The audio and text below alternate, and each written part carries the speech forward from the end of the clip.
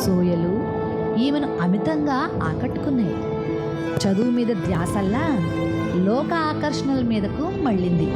చెడు స్నేహాలకు, అలవాట్లకు మెల్లమెల్లగా బానిసైపోయింది. స్వేచ్ఛాయుతమైన పాపపు జీవితాన్ని జీవించసాగింది.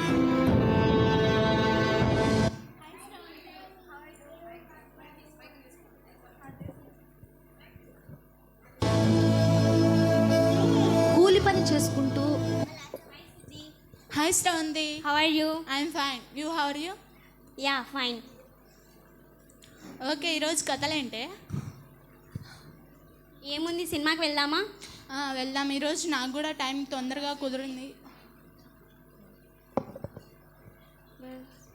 అమ్మ సుజీ, ఏంటి చెప్పు.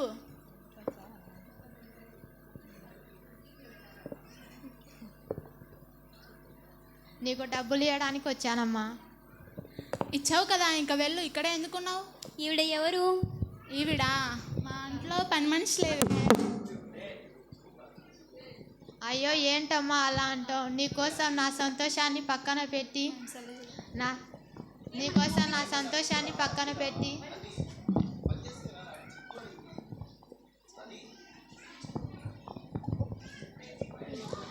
నువ్వు ఇక్కడ నుంచి వెళ్తావా? నేను వెళ్ళగట్టమంటావా?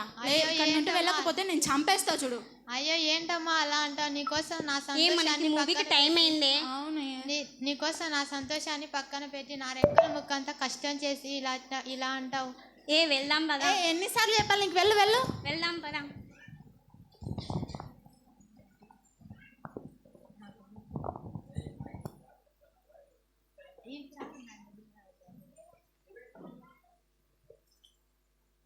సుజీ, నువ్వు ఇలా చేయడం మంచిదేనా? నీ రూటు సరిగా లేదమ్మా.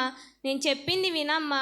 ఈ లోకానుసారంగా నీవు జీవించి ఈ లోకంలో తిరుగుతూ నీ సంతోషం ఇదే అనుకుంటున్నావు. ఇలా చేయడం చాలా తప్పమ్మా. నేను చెప్పినట్టు నువ్వు యేసయ్యను నమ్ముకో అమ్మా. నీకేమైనా పిచ్చా? యేసయ్య అంటే ఎవరు? నీ సౌందర్యాన్ని చూసి నువ్వు రెచ్చిపోవద్దమ్మా. నువ్వు గర్వపడకమ్మా. నువ్వు నరకానికి పాలవుతావమ్మా. నేను చెప్పినది వినమ్మా. నీ తల్లిని ఇలా హింసించడం తప్పమ్మా. ఎన్నిసార్లు చెప్పాలి నీకు? అబ్బా నీదేంటి? నాకు పొద్దున్న లేచినానండి, ఇది ఒక సోదిలా ఉంది. మీరు వెళ్ళండి ఇక్కడ నుంచి. నేను చెప్పేది విను సుజీ. నీవు సినిమాలకని అక్కడిక్కడ వెళ్ళి పాపానికి బానిసైపోతున్నావమ్మా. నేను చెప్పేది విను. నీ తప్పులు యేసయ్య దగ్గర ఒప్పుకో సుజీ. వదిలే నన్ను. ఏంటి నీది? అసలు పొద్దుటి నుంచి చూస్తున్నాను, అసలు పెడుతున్నాను.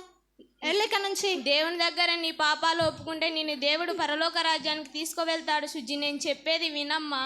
వెళ్తావా వెళ్ళవా?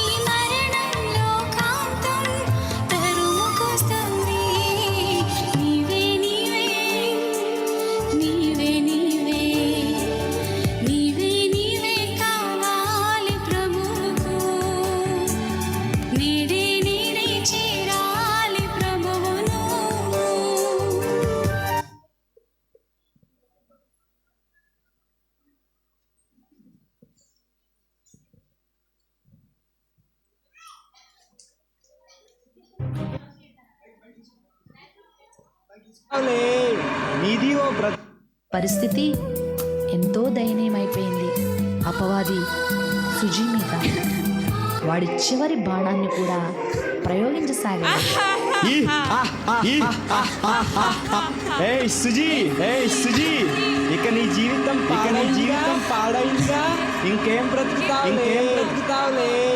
నీది ఓ బ్రతికేనా. చచ్చిపోకూడదు. నా పని కూడా పూర్తవుతుందిగా. ఎలా చేస్తా? ఏమైనా మందు మింగుతావా? పైనుండి దూకుతావా?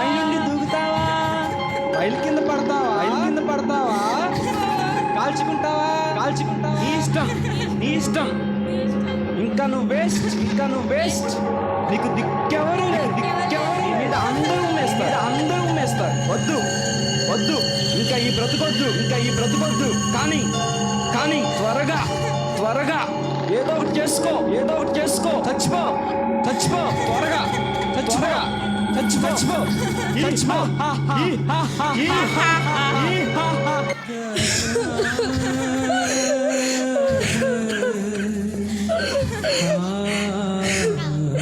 నేను చచ్చిపోవాలి. ఎన్నిసార్లు నన్ను గద్దించినా నేను వినలేదు. నన్ను బ్రతికించే వాళ్ళు ఎవరు లేరు. నన్ను రక్షించేవారే లేరా? నీకేమీ లేదని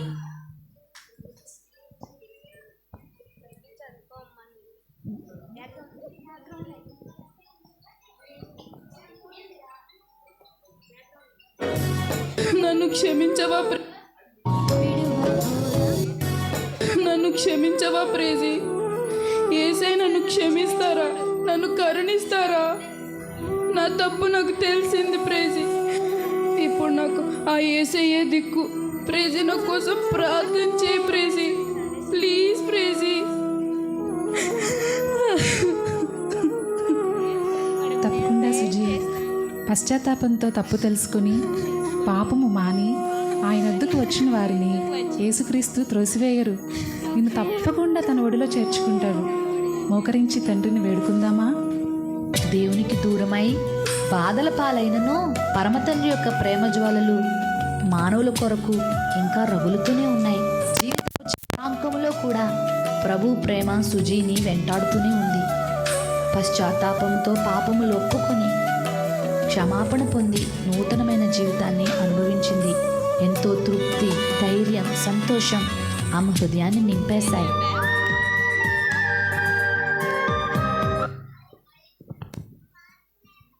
దేవుడు క్షమించాడు సుజీ. నువ్వు ఇక్కడ ఉంచి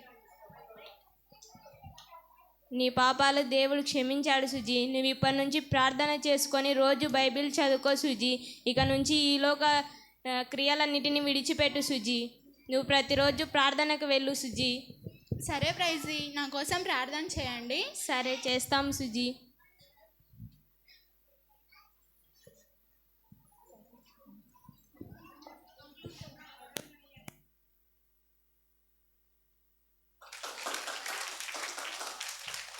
కాబట్టి మీరు కూడా ఈ లోక క్రియలన్నిటికీ జీవించకుండా ప్రతి ఒక్కరూ దేవుని కోసం జీవించాలి.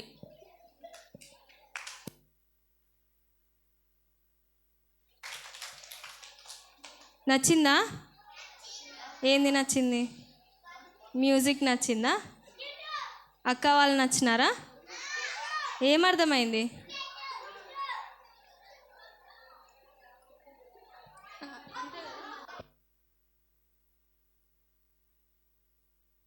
సరే, నెక్స్ట్ పప్పెట్ షో ఉంటుంది, మరి రెడీయేనా?